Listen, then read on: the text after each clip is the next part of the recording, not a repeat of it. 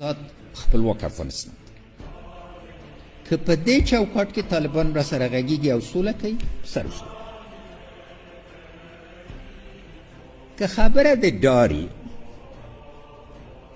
سل وارد بیا فکر وکړي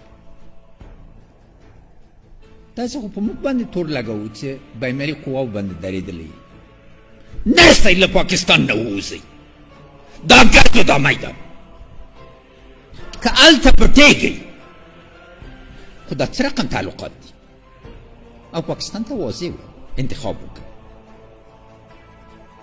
دغه د وخت د انتخاب ته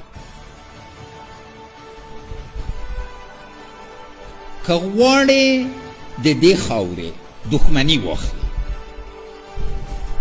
انتخاب وکړه که غواړې د خاورې سره دوستي وکړې او په سلها کالو کې دوست پاتې سو دغه یې وخت دا اوس په دې نه کېږي چې په خوله یو شی ووایي او په عمل کې بل شی وکړي موږ هر حالت ته آماده یو اراده ملت افغانستان رحم خداوند جل شانه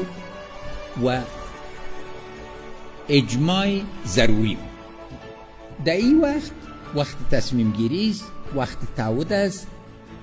و هر نسل اینمی عزم داشته این تعهد داشته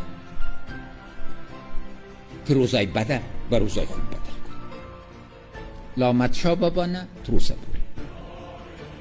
بارها توطئه وسوی تی موږ استقلال را نواخلي ای موږ اراده را نواخلي ای موږ خاوره را نواخلي مګر د خاورې کې بل څه